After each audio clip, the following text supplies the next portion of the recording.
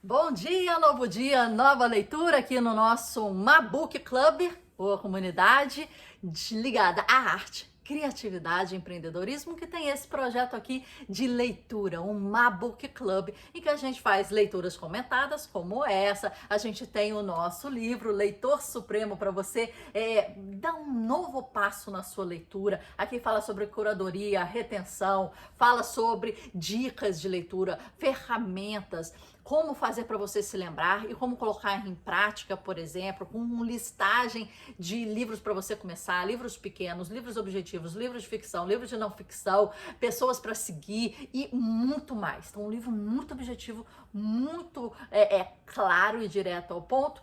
Fica aqui a dica para você, há vendas na Amazon, vou colocar o link aqui embaixo, e o nosso curso de mesmo nome, Leitor Supremo, que conecta todos esses assuntos, mas coloca mais um ponto, que é a inteligência artificial. Então, vamos juntos, tem muito material por aí, a gente está continuando a ler A Arte do Impossível na página 221, já estamos chegando no final, no último capítulo, que fala do flow, e estamos aqui chegando no flow em si, tá bom? Vamos lá, ler hoje, estamos animados para essa leitura e mais aprendizado. O equilíbrio entre desafios e habilidades. A gente vê que ele está retomando vários pontos que ele já falou no livro anteriormente, itens que ele já comentou para embasar e contextualizar, mas ele está jogando de novo esses pontos aqui, quando ele começa a falar de fato sobre o fluxo. Então, é como ele tivesse dado os pré-requisitos, o contexto, né? Os elementos encadeadores aí, que a gente chamou de propulsores aqui, né? Como se fosse um dominó, em que você tendo eles engatilhados, eles vão se auto, né, perpetuar e ter mais tração. E aqui ele volta a falar de equilíbrio entre desafios e habilidades. O equilíbrio entre desafios e habilidades é o gatilho mais importante do fluxo e vale a pena rever. Por quê? Exatamente, rever. O fluxo exige um foco direcionado para tarefas. Prestamos boa atenção, prestamos boa parte da atenção à tarefa atual quando o desafio dela é ligeiramente maior do que o nosso conjunto de habilidades. E o desafio é grande demais, o medo inunda o sistema. Se é fácil demais, paramos de prestar atenção.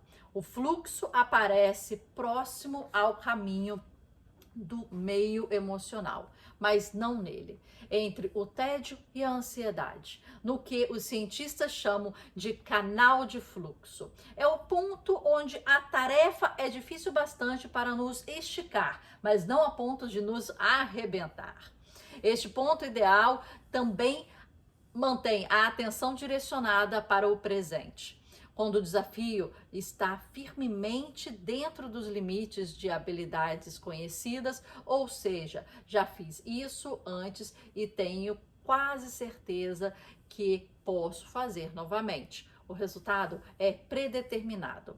Estamos interessados, não arraigados. Porém, quando não sabemos o que acontece em seguida, prestamos mais atenção a isso. A incerteza impulsiona a nossa viagem de foguete para o agora. No entanto, há obstáculos. Muitos, na verdade. Houve um longo debate sobre o sentido do desafio e de habilidades e pesquisadores têm tocado nesse assunto com frequência. 7 fatores surgem da maneira constante, muitos dos quais são familiares. A lista completa é essa: confiança, otimismo, estado de espírito, habilidades reais, tolerância à ansiedade, capacidade de postergar a gratificação e valores sociais. Vale a pena analisar alguns com mais detalhes. Confiança e otimismo, por exemplo, parecem óbvios. Quanto mais confiantes e otimistas somos em nossas habilidades, mais fácil o desafio deve parecer. Entretanto, não estamos falando de uma medida real de habilidades, mas sim de nossa atitude em relação a elas. Pode-se presumir que, para ativar o fluxo, atitudes importam menos do que habilidades reais, mas nem sempre é esse o caso. entre atletas de elite, por exemplo, estudos revelam que a maneira como eles se sentem em relação a que estão fazendo é muito importante quanto à habilidade que trazem à tona para fazê-lo. Valores sociais também são complicados. Muitos pensadores antigos de alto desempenho, como Friedrich Nietzsche, William James, Sigmund Freud, acreditavam que a família e a cultura tinham um peso excessivo. Ignorar limitações sociais, argumentavam, era o primeiro passo necessário em qualquer caminho rumo à autorrealização. Sem dúvida, nos anos seguintes, as forças de modernização, da globalização, do progresso social afrouxaram esses grilhões. No entanto, essas barreiras continuam existindo e nós e pessoas de desempenho máximo devem continuar negociando esse desafio. Por fim, em Super-Humanos, o livro dele, para maximizar esse gatilho, falei sobre o número mágico dos 4%. Isso significa que prestamos mais atenção à tarefa em mãos quando o desafio dela é 4% superior ao que nosso conjunto de habilidades. Também sinalizei que o número era mais uma metáfora do que uma medida real. Contudo, nos anos posteriores ao lançamento desse livro, essa metáfora tem produzido resultados constantemente positivos para milhares de pessoas. Eis porque os 4% são traiçoeiros. Então você vê que ali é uma medida de equilíbrio em que o desafio tem que estar sempre na frente das nossas habilidades, num ponto de equilíbrio ótimo. Ele não pode estar muito à frente e não pode estar em cima, né, igual aos nossas habilidades. Mas 4% eu imaginaria mais um pouco. Eu sempre lembro, tipo, vamos supor, o coelho, né? Em que você tá com uma varinha na frente do coelho com aquela cenoura. Então a cenoura tá sempre na frente dele. E ele tá andando e tá sempre indo, a cenoura tá indo junto, né? Que a pessoa que tá segurando a varinha aí da cenoura tá caminhando junto. Então, por mais que ela caminhe, a cenoura tá ali na frente. E a cenoura é o motivador dela, que é como se fosse um horizonte. Você nunca vai alcançar o horizonte, mas o seu rumo tem que ser para ele, mas ele tem que estar distante o suficiente para você não alcançar, mas numa sensação ótica perto o suficiente para você achar que você pode, mas ele move um pouco mais rápido do que você move, sempre, né? Então me deu essa sensação que 4% parece pouco para mim. Vamos continuar lendo. Se o desafio é 4% maior do que as habilidades, isso é o bastante para tirá-lo da zona de conforto. É problemático para os tímidos, os poderosos e os avessos a riscos. Os 4% estão do lado enervante da equação. É por isso que a tolerância à ansiedade é um componente crucial do lado ideal da relação entre desafios e habilidades. Quando está corretamente conectado, você está fora da sua zona de conforto.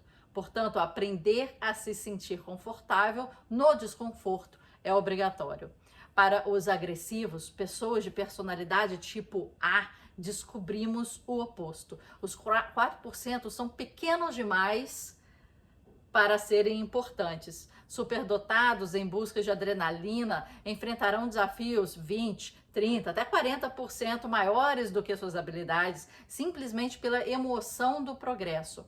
Mas, ao fixarmos a visão nessas montanhas elevadas, estamos nos privando do estado de que necessitamos para subi-la.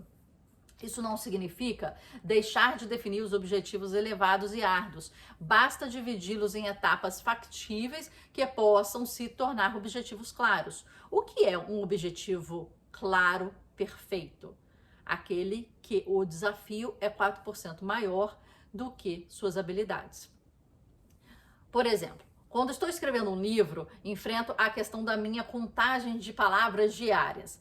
No início, antes de saber do que estou fazendo, seu objetivo é escrever 500 palavras por dia. No meio, quando tenho um melhor senso de direção, a quantidade sobe para 750 palavras por dia. Quando estou terminando, meu alvo é de 1000 palavras. Em outras palavras, mesmo que o ponto ideal entre desafios e habilidades seja um alvo móvel de 4% é a maneira como eu miro nele.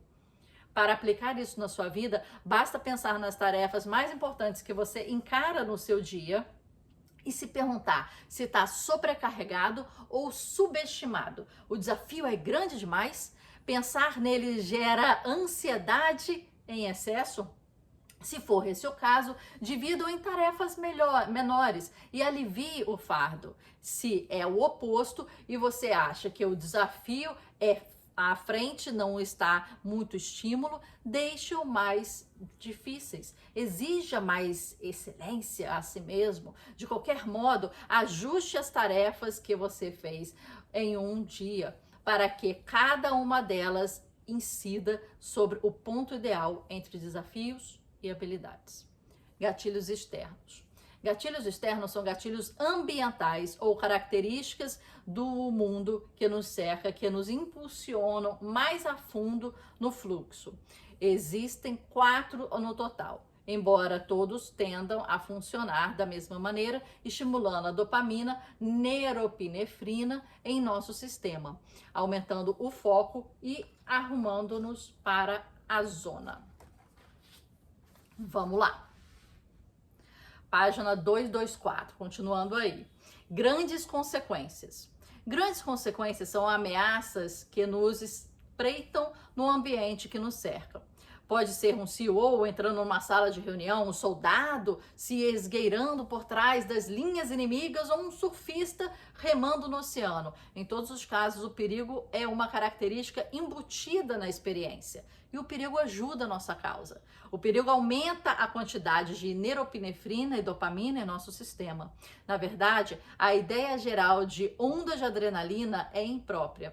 Muito poucas pessoas realmente gostam da sensação de adrenalina, mas praticamente todos nós ficaremos na fila por dopamina e neuropinefrina.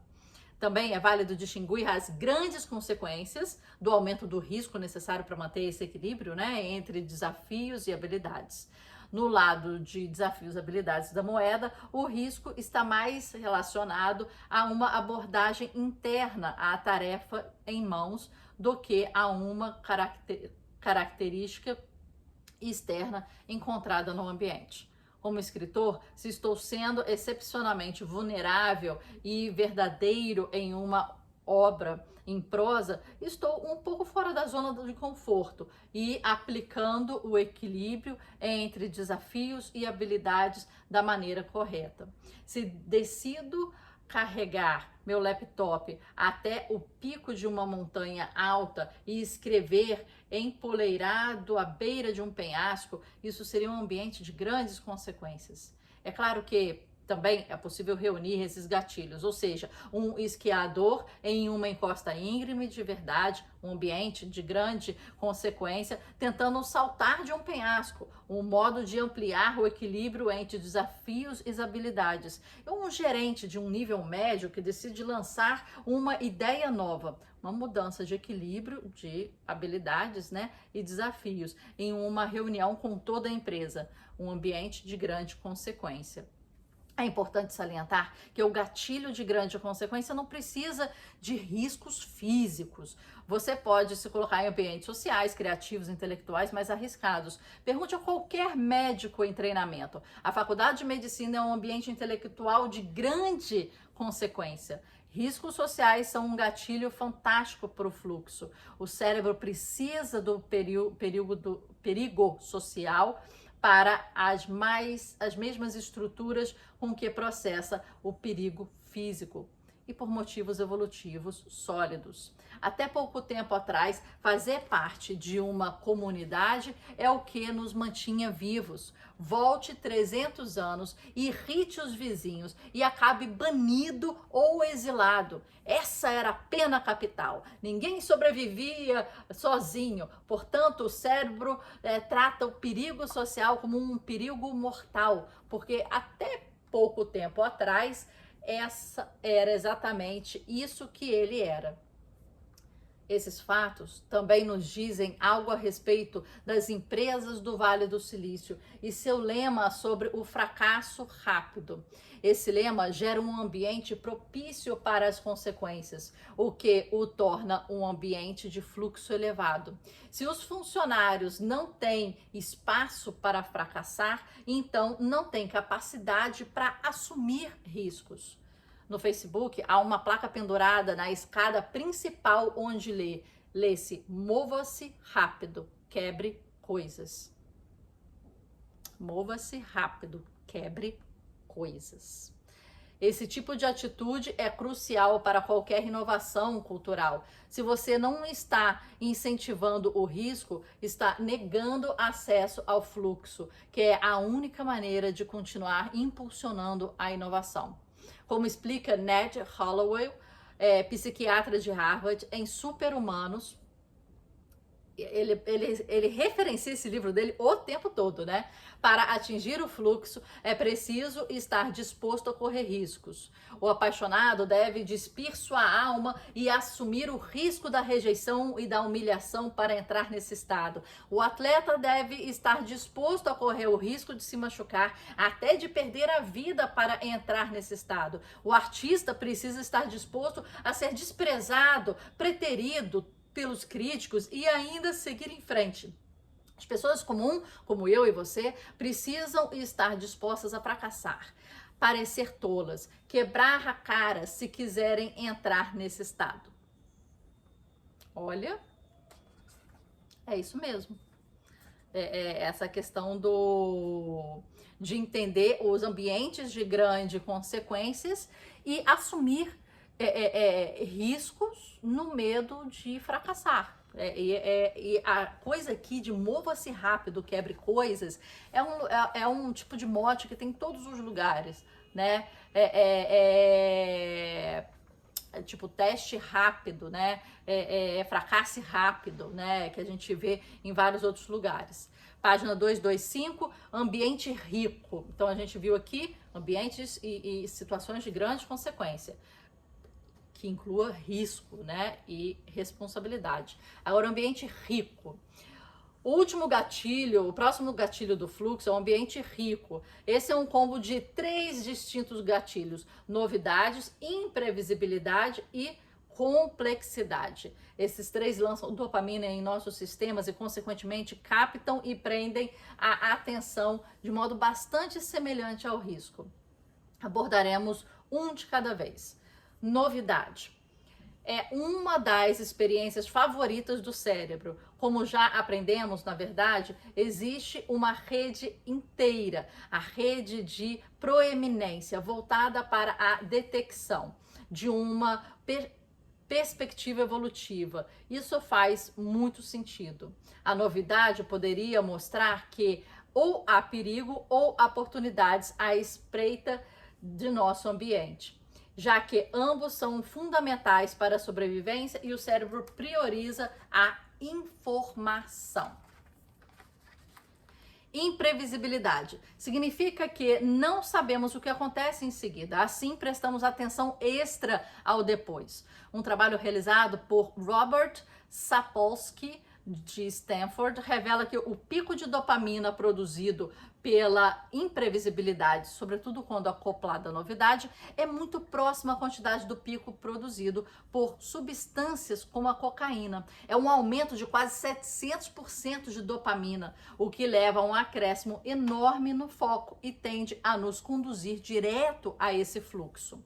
Complexidade surge quando forçamos o cérebro a expandir sua capacidade de perspectiva. Por exemplo, quando estamos à beira do Grand Canyon e contemplamos a questão das eras geológicas, e quando olhamos para o céu à noite, percebemos que muitos dos pontos únicos de luz são, na verdade, galáxias. Esta é a experiência da admiração, quando ficamos tão sugados pela beleza e pela magnitude do que estamos contemplando, que o tempo desacelera e o instante se estende para o infinito. Esse é um processo impulsionado pela dopamina, o que também o torna o limite frontal em um estado de fluxo. Como empregar esses gatilhos na própria vida? Basta aumentar a quantidade de novidade, complexidade e imprevisibilidade do seu ambiente. Ok, mas ele perguntou como, e o como entra mais disso.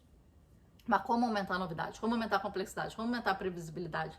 Em teoria é fácil, mas assim, sei lá, produzo pão, pinto, ok, novidade. Eu vou pintar uma coisa diferente, eu vou tentar um material diferente, eu vou andar com gente diferente. Que seria isso, né? Foi exatamente o que Steve Jobs fez ao projetar os escritórios da Pixar. Jobs construiu um grande átrio no centro do edifício. Então, ele colocou as caixas de correio, a cafeteria, as salas de reunião e, o mais notório, os únicos banheiros do lugar bem ao lado do átrio. Isso forçou os funcionários de toda a empresa a se esbarrarem aleatoriamente, o que aumentou imensamente a novidade, a complexidade e a imprevisibilidade. O resultado foi mais fluxo, maior criatividade e todos aqueles Oscars. Mas, novamente, não é preciso ir tão longe assim. Eu acho que também as pessoas, quando dão exemplos em livros assim, elas simplificam muito as coisas, né? Será que somente a reorganização espacial aí da empresa gerou esses Oscars? Pode ter sido uma parte, né? Pode ter tido algum tipo de ajuda, mas eu acho que não foi nem a crucial. Um passeio em meio à natureza resolverá o problema. Ambientes naturais têm grandes concentrações de novidade, complexidade e imprevisibilidade. Isso estimula as substâncias neuroquímicas do prazer em nosso sistema, o que também explica por que uma caminhada de 20 minutos no meio do mato supera a maioria de antidepressivos, né, no mercado.